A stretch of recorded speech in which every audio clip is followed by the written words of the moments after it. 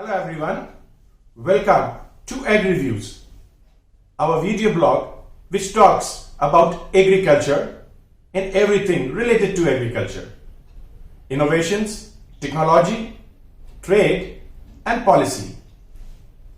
Today we are going to discuss Indian Budget 2021 Agriculture Perspective.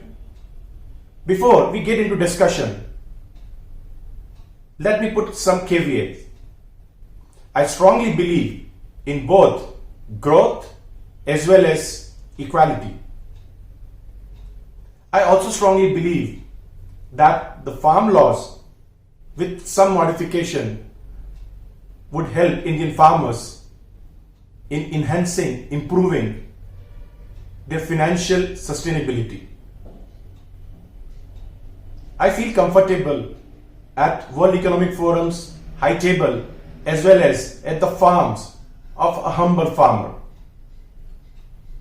Now, having set the tone, let's understand the basic backdrop in which this budget has been put forward.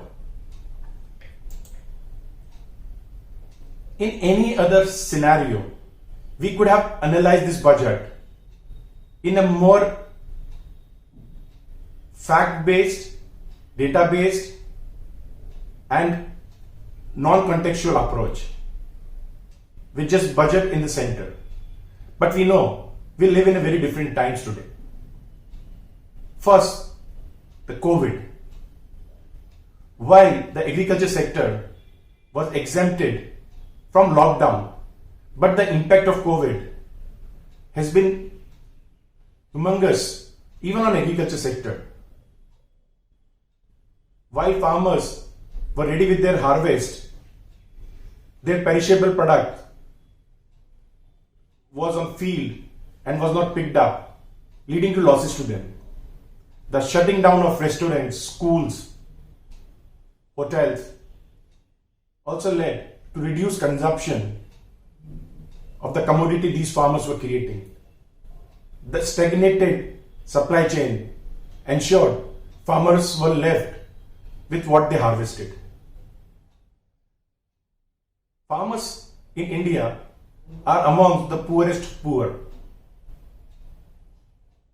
COVID acted as a catalyst to push them further. The second event which is giving context to current budget is farmers' protest. As I have explained, I do believe the farm law with certain safety net and changes would have helped farmers. But unfortunately,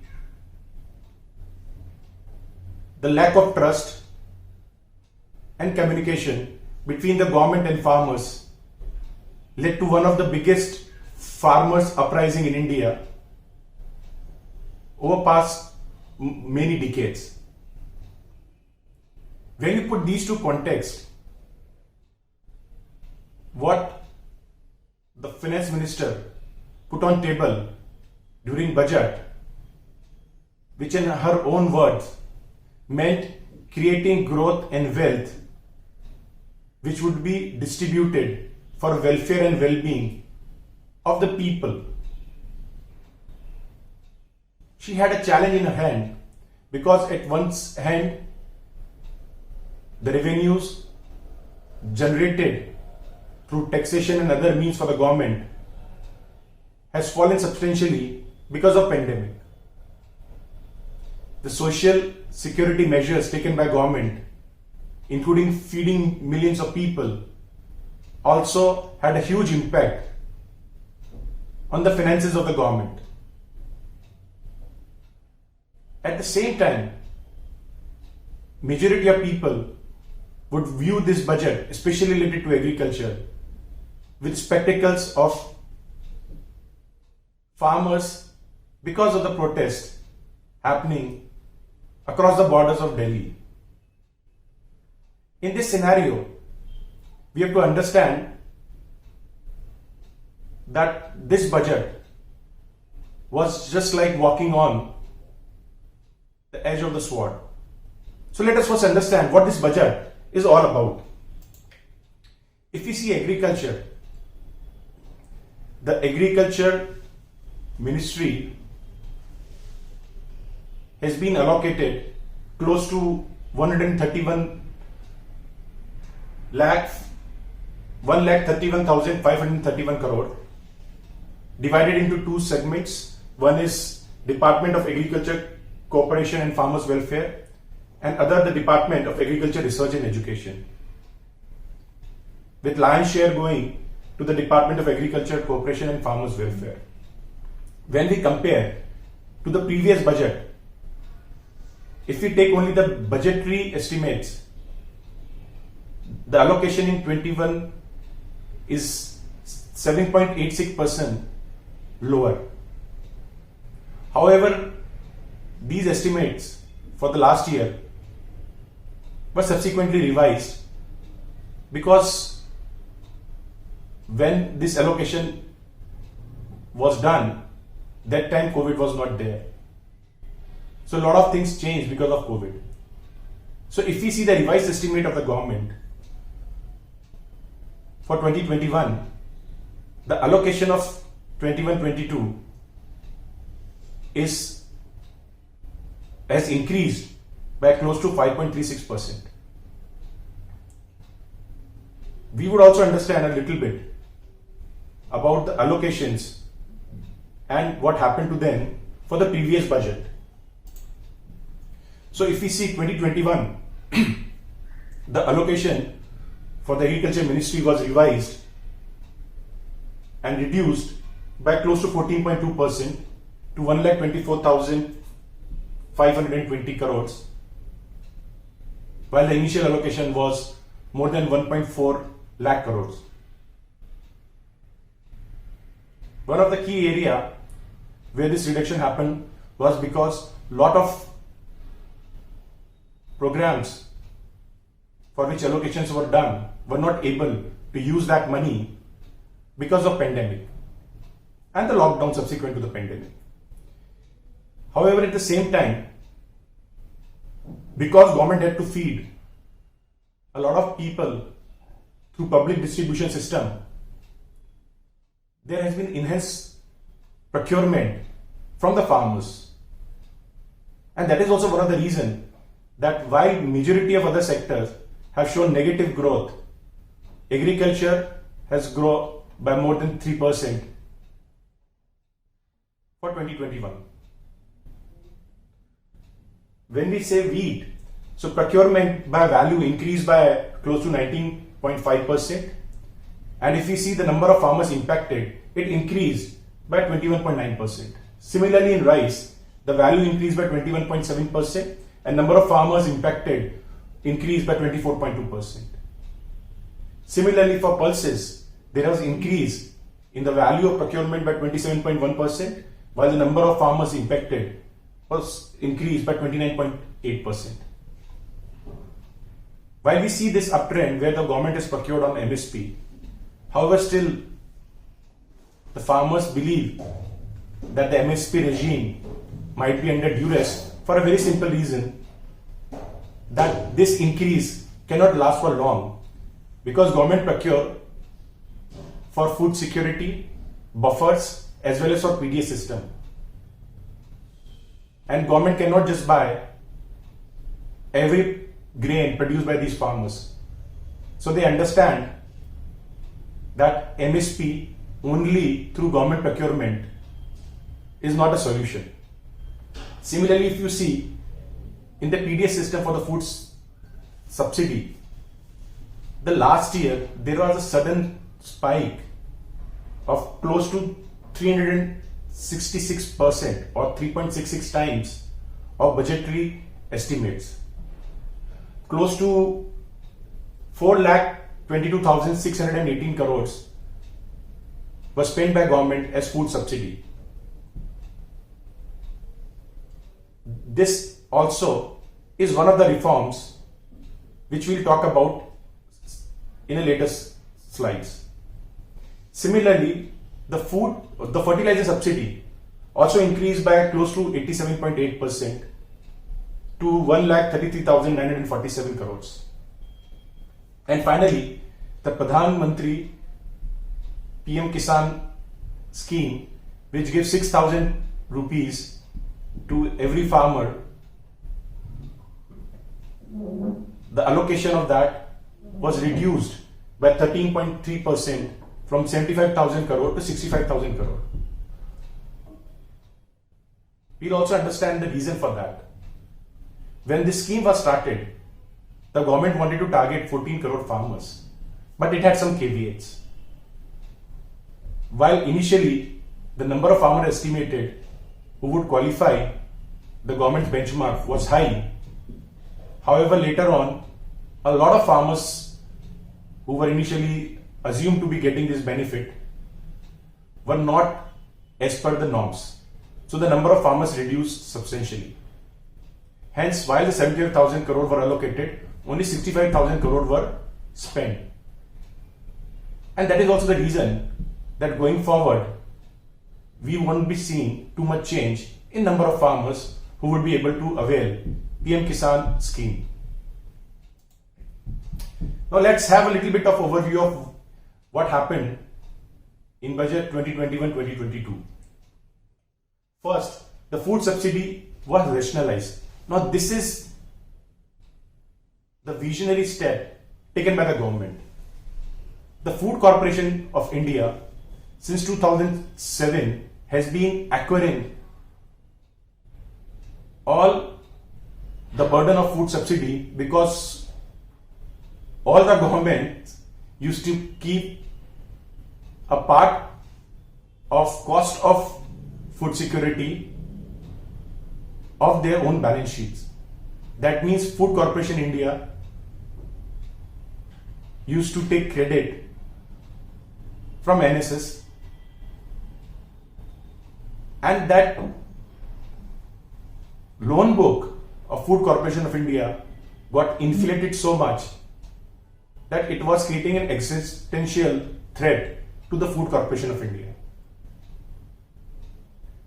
In a reformist move, government allocated additional funds to food security, as we discussed, close to 3.66 times of budgetary allocation to take care of removing all those loans from the books of Food Corporation of India.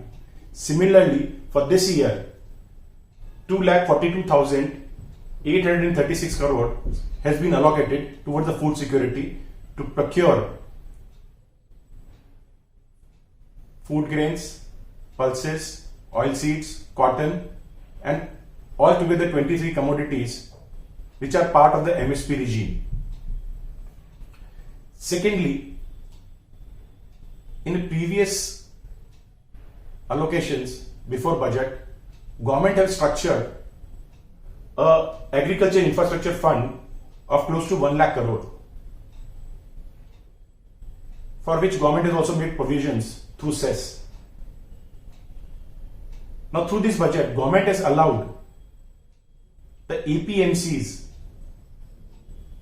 to take credit and use this 1 lakh crore rupees worth of fund for its upgradation, technology adoption, infrastructure building, to name a few. This means government is still very keen to improve the APMC infrastructure, which is also another issue of concern for protesting farmers, because they believe the APMC structure would collapse because of the 3 farm laws government has just notified. The third big ticket measure taken by government was increasing the fertilizer subsidy by 11.5% to 79,530 crore. Now we have seen that government has also made provision to pay out all the previous outstanding subsidies to fertilizer companies. This is very important because there was accrued subsidies which were to be paid to fertilizer companies, which was putting them in a huge amount of distress. And government took a bold step to clear all those dues, even though government was facing severe financial crunch. Again, PM Kisan, there is no change. 65,000 crore has been allocated, equivalent to what was spent last year for the same scheme. There is a 10% increase in agriculture credit target, taking it to 16.5 lakh crores. Agriculture credit is the most critical aspect for increasing farmers' income. As per the Food and Agriculture Organization, credit at the right time is also one of the very important reasons for enhanced productivity of many farmers across the globe. Hence, this is a welcome step to increase access to agriculture credit for the farmers. Next, the Rural Infrastructure Development Fund has been increased by 10,000. Micro irrigation, which is both important to ensure that depleting water reserves of India can be saved, at the same time enhance the productivity of the farmers. Government is already running a scheme under NABARD and had allocated 5,000 crore for the same. This year that has increased to 10,000 crore. While it is a welcome step, but still a lot needs to be done here. India needs close to 3 lakh crore to make micro irrigation reach every farm. Even if we spend 10,000 crore per annum, we will be able to have 100% micro irrigation in 30 years. I believe this is area where we need to fast track so that more and more farmers are able to have micro irrigation in their farms. The next is ENAM. ENAM is a transparent mechanism where multiple mandis are connected to national market, trying to make India as a one market. It makes trading in agriculture fair, transparent and efficient. Since it started in 2016, government has been able to connect 1,000 mandis. But now FM is having aspiration of connecting 1,000 more mandis. While this will be a big boost to farmers who deal through APMC mandis, however, with 7,000 mandis there, still a lot needs to be done here. Similarly, the majority of farmers who are part of ENAM network are from states including Uttar Pradesh, Madhya Pradesh, Rajasthan, Haryana, which makes 60% of farmers on the platform. Government, by being more ambitious, can ensure the benefit of ENAM reaches more states, especially to marginal farmers from all across India. Another area where the government initially has not been very successful is Pradhan Mantri Fasal Bima Yojana. Over past few years, we have seen that there are a lot of challenges in farmer able to get claims at the right time. With all its learning, government for this year has budgeted 16,000 crore for Pradhan Mantri Fasal Bima Yojana, an increase of around 4.5%. I believe the government is not looking at the funding of this scheme, but is also looking at structural issues which this scheme is having and would try to use digital technology to ensure farmer gets value of this program. Now let's talk about another area where government has been supporting farmer. For short-term credit, government is having scheme of giving interest subsidies to the farmers. These subsidies enable small and marginal farmers to go through their cycle of crop efficiently. This year government has budgeted close to 19,468 crore for this scheme. But unfortunately, this is decrease of around 1.8% than previous year. One of the reasons for this could be that government thinks by providing various other benefits,